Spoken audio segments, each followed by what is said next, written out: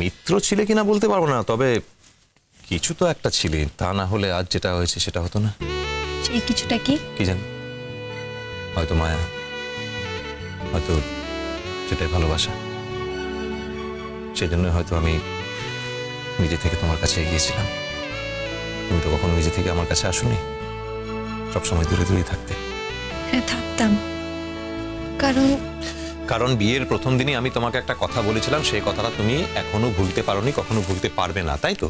তুমি একটা মানুষের খালি মুখের কথাটাই শুনলে, মনের কথাটা বোঝার চেষ্টা করলে না। আমরা এসব নিয়ে কেন এখন আলোচনা করছি? জানি আলোচনা করার কথা নয়, কিন্তু চাইলেও তো ভুলতে পারবো না, কারণ যে কথাগুলো বলছিলাম সেগুলো তো কোনো সাধারণ কথা নয়। বিশ্বাস করো, আমার মনে এখন এই ধরনের কোনো কথাই নেই। দেখো ইমন, মানুষ তো স্মৃতি হারায় না। তুমি এখন মুখে না বললেও এই কথাগুলো কখনো তুমি পুরোপুরি ভুলতে পারবে না। যখনই তুমি তোমার অতীত ঘাটবে, পুরনো কথাগুলো মনে পড়বে, তখন এই কথাগুলো তোমার মনে পড়বে, আমি জানি। কারণ এই কথাগুলো বিয়ের প্রথম দিন আমি তোমাকে বলেছিলাম। আর জানো তো, তোমার প্রথম দিনের মতো করে আমারও একটা প্রথম দিন আছে। আর সেই প্রথম দিনটা হলো যেদিন আমি প্রথম সুন্দর করে পা রাখলাম আর তোমার সঙ্গে দেখা হয়েছিল।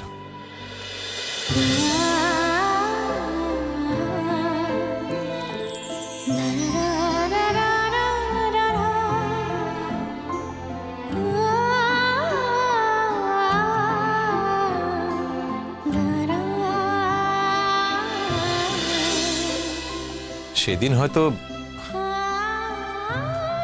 আমার অজান্তে এমন কিছু ঘটে গেছিল যার এফেক্ট আমি এখন বুঝতে পারি।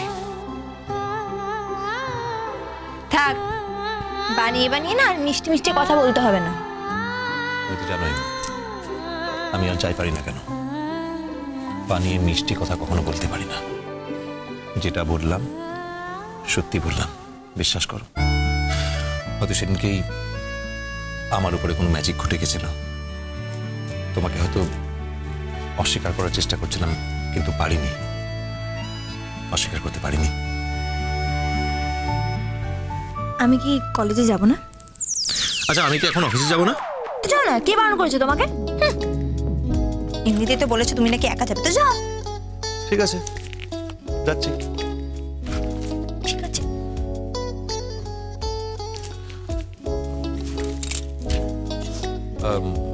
শোনো না, ভাবলাম একসঙ্গে যাই। একদম হাসবে না দেখি। ইমন, একটা কথা বলে রাখি, কিন্তু আমার মুখের কথা একদম ধরবে না। সবসময় আমার মনটা বোঝার চেষ্টা করবে। কথাটা মনে রেখো সারা জীবনের কথা।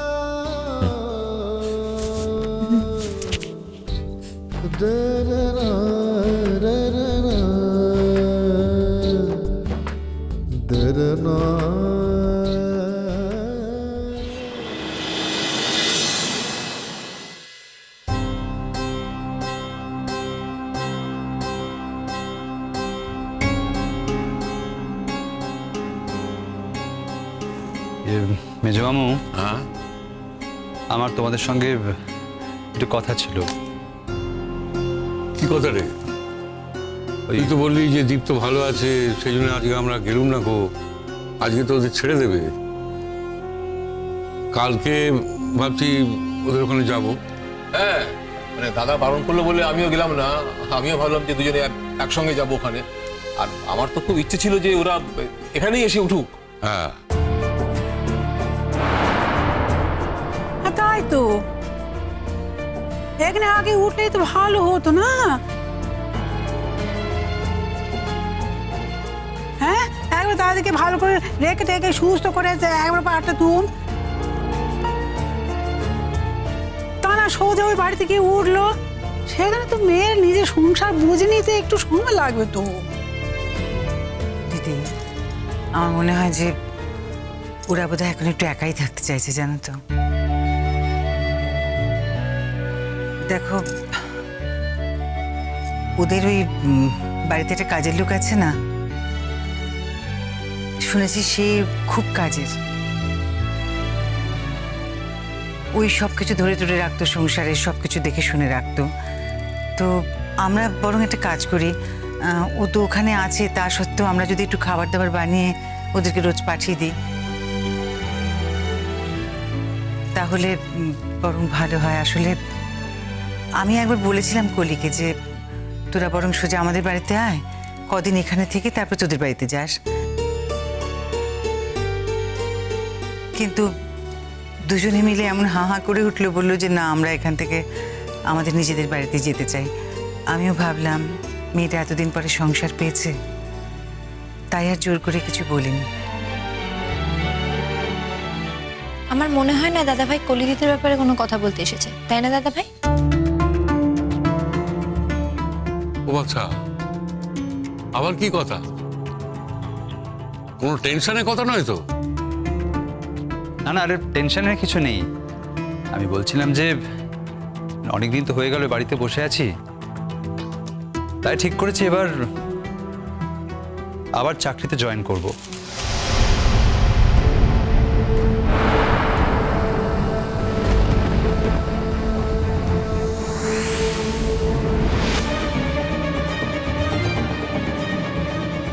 কথাবার্তা সব হয়ে গেছে, তোমাদের আগে বলা হয়নি মানে বলিনি। ওই সময় কলির ব্যাপারটাও ছিল, তার মধ্যে আমার কথাটা শুনলে তোমরা হয়তো আপসেট হয়ে পড়তে।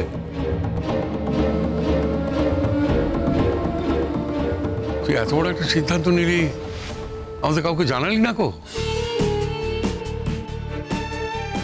তোর কথা তুমি জানতে না? হ্যাঁ হ্যাঁ, আমি জানতাম। তা তুমি বারণ করনি কেন? না না না না, ওসব পাহাড়ে টাহাড়ে কোথাও যাওয়ার দরকার নেই। এখানেই কিছু একটা ব্যবসা করো। হ্যাঁ জানি কিছু কাজ না করলে তোমার মনটা ভালো থাকবে না, এখানে একটা ব্যবসা করো, সবাই মিলে ও ঠিক চলে যাবে। বাইরে টাইরে যাওয়ার কোনো দরকার নেই।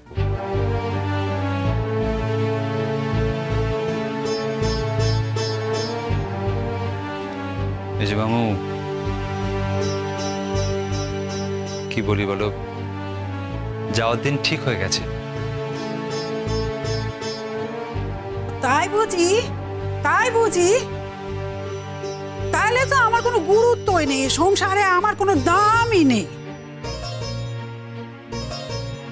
সব ঠিকঠাক করে যদি আমাদের বলতে হচ্ছে, তাহলে আর দরকার নেই বলার, কোনো দরকার নেই কো। আর এমনিতেই তো ওর মামা বাড়ি, তো নিজের বাড়ি নয় কো। হ্যাঁ, হতুম যদি তোমার মা তোমার বাবা, তাহলে 10 বার ভাবতে, এখন আর ভাববার দরকার নেই তোমার। এসব তুমি কি বলছো বড় মামি? আমি তোমার মাকেই তোমাদের কাছে রেখে যাচ্ছি। যে তোমাদের আমি নিজের লোক না ভাবতাম, তাহলে মাকে তোমাদের কাছে রেখে যেতে পারতাম? এরপর হয়তো মাকেও নিয়ে যাবে। এরপর তোমরা দুজনেই চলে গেলে তখন হয়তো মাকেও তোমাদের ওখানে নিয়ে যাবে। এখানে কি আর ফেলে রাখবে? ভালোই হয়েছে। আমরা বলতাম না যে এত কাজ সংসারে, এই তো কাজ কমে যাচ্ছে। ঠাকুর শুনতে পেয়েছিলেন আমাদের কথা, লোক সংখ্যা ধীরে ধীরে এবার কমে যাচ্ছে সংসার থেকে। ভালো করেছো বাচ্চা, যা করেছো ভালো করেছো।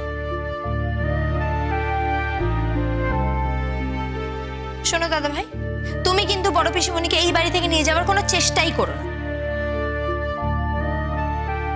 তার ফল ভালো হবে না, আমি বলে দিচ্ছি। বড় পিসিমণি তো এই বাড়ি ছেড়ে যাবেই না, আর তার উপর তোমার সঙ্গে আমার সম্পর্ক চিরদিনের মতো শেষ হয়ে যাবে। কি আশ্চর্য, আমি কিছুই করলাম না, আমাকে শুধু শুধু দোষী। ইমন, আমি কি বড় পিসিমণিকে নিয়ে যাওয়ার কথা বলেছি নাকি? আর বললি কি সে আমার সঙ্গে যাবে তোদের ছেড়ে? তুমি বা কেন যাচ্ছ বলো তো? তোমাকে কে যেতে দিতে চাইছে? তুমি যেও না। আর তাছাড়া রূপকথা দিও বা এত দূরে একা একা কি করবে বলো তো? আচ্ছা, আমি যাচ্ছি নাকি? আমি কোথায় যাচ্ছি? আমি যাচ্ছি না তো এখন। সে কি, বাদশা যাবে, তুই যাবে না মানে? না না, যাও যাও যাও, বাড়ি ফাঁকা করে চলে যাও। হ্যাঁ হ্যাঁ। কুসুম দোলা কুসুম